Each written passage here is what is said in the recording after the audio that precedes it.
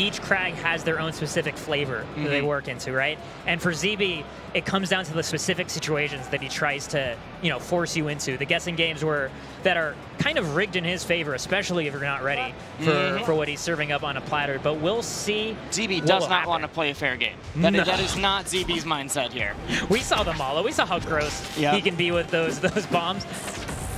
Yeah, no, you can fight 100 Kraggs and none of them will feel like ZeeBee, and that is exactly what ZeeBee wants it to be.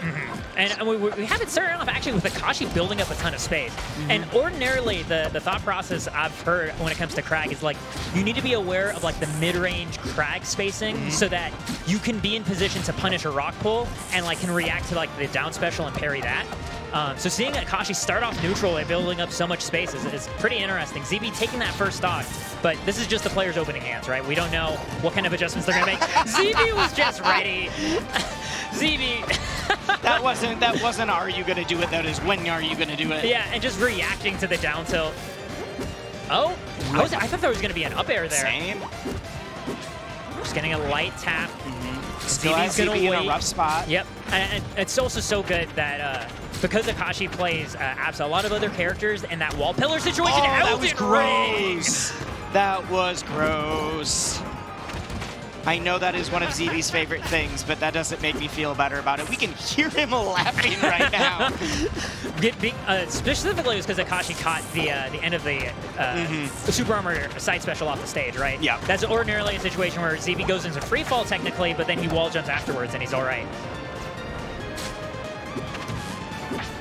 This is still quite challenging for Akashi to make the comeback in.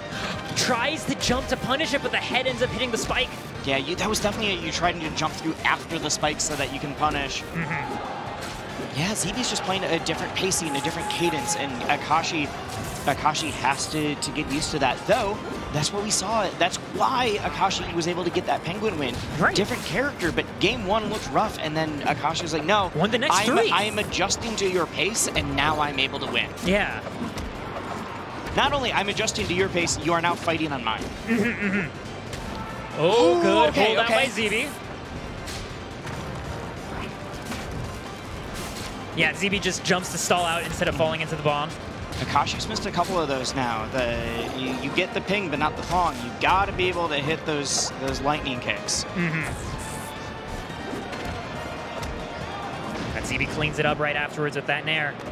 That's so far a solid start by ZeeBee. We're seeing like Akashi having awareness of some of the things that ZeeBee wants. Still, you know, got caught very early on that second stock. But like when it comes to dealing with the wall situation, right, setting up a cloud specifically on the corner of the stage, right, and letting that be his presence there instead of getting popped with like a ZeeBee up air. 100%. And it gives him the ability to guess when the ledge dash might be coming and try popping the cloud into a ping pong. But so far, the exact timing of that hasn't come together for Akashi. But, I mean, you said it wisely. That Penguin set taught us a lot about what Akashi's able to do off of a single loss. Yeah, I would be shocked if Akashi does not put up a fight.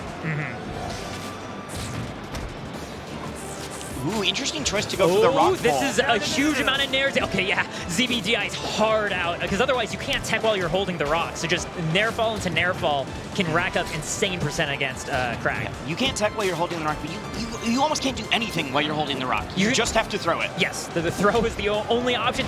Catching the land on the platform, ZeeBee with no fear, knowing that Akashi was just looking to make the most of his early opening. That was not a combo, that was not a setup, that was just, I know where you are going to be. The parry would have worked if there wasn't a platform there. Though that little pause, sometimes pausing is really good for mixing up your timings, but it also feels like Akashi might be a little uncomfortable right now. It's going to be a tech. It's going to be the tech on the... It's actually Akashi that gets the tech. Either way, the rock saves him, though. Rock goes high. Great job covering the recovery from Absa. Oh, that Thunderline was so close. And gets the kill. Okay. All right.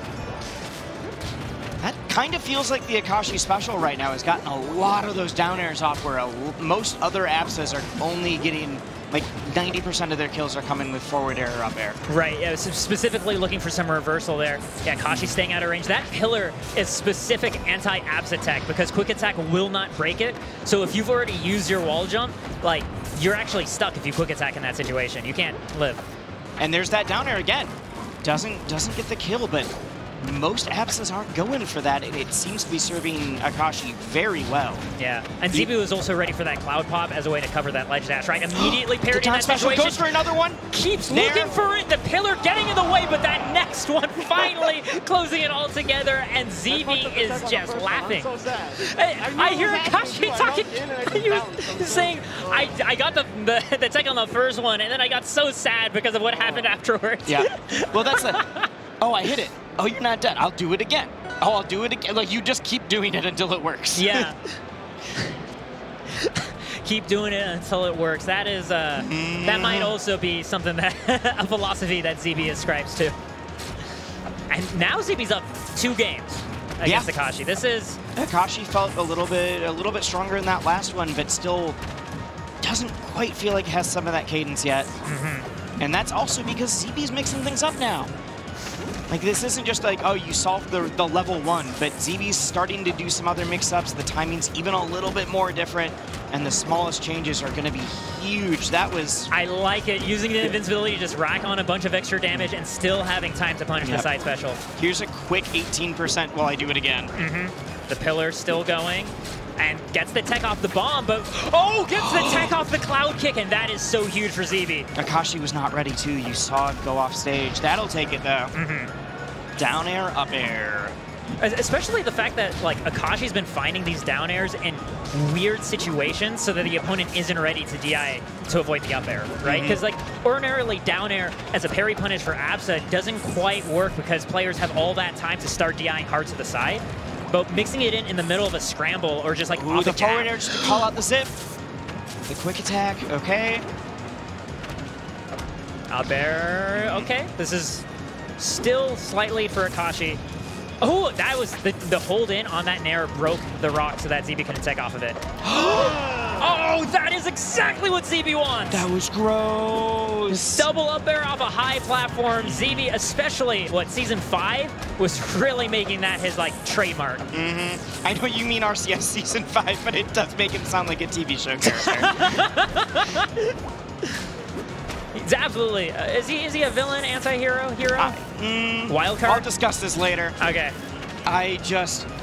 Akashi felt like this was finally his game in the set, whether he was going to take it or not. And I think at this point, ZeeBee is taking that momentum and running with it.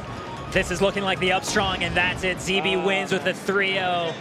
Akashi, after such an incredible run, gonna be stopped at 4th place, and ZeeBee gets ever closer. First, has to win the run back against Y before having a chance to swing at KCSLs himself. Y being the player who took him out 3-1 in winner's side just earlier this morning. Now I'm a real setup. Yeah, I know, right? the two of them talking about the setup. The two of them were kind of upset about the setup they played on. They said that there was a lot of frame drops, and they suspect it's because the setups are running for the 24-hour venue all night long. And the concern was maybe that that ended up causing the setups to overheat a little bit, and then maybe that then led into a little bit of a spiciness. So no, and that wasn't John or anything. That was them both saying like, "Hey, this feels a little off. We want to make sure that this is a good set." So they're excited. Yeah. Y did take that first set 3-1. Yes. But Y literally got off of that saying this felt like an online set, not a real one. So I think they are both. Even from just hearing some of their audio there, they are both very excited to get a real solid set in right now. The thing that, to me, brings a smile to my heart of hearts is hearing the person who won the first set being excited for the run back under these conditions. Exactly. Being like, I want to really earn the win against you. I want to make sure I feel like it was purely because of me, as opposed to I made the best of our conditions that weren't quite the ideal that we wanted, right? Yep.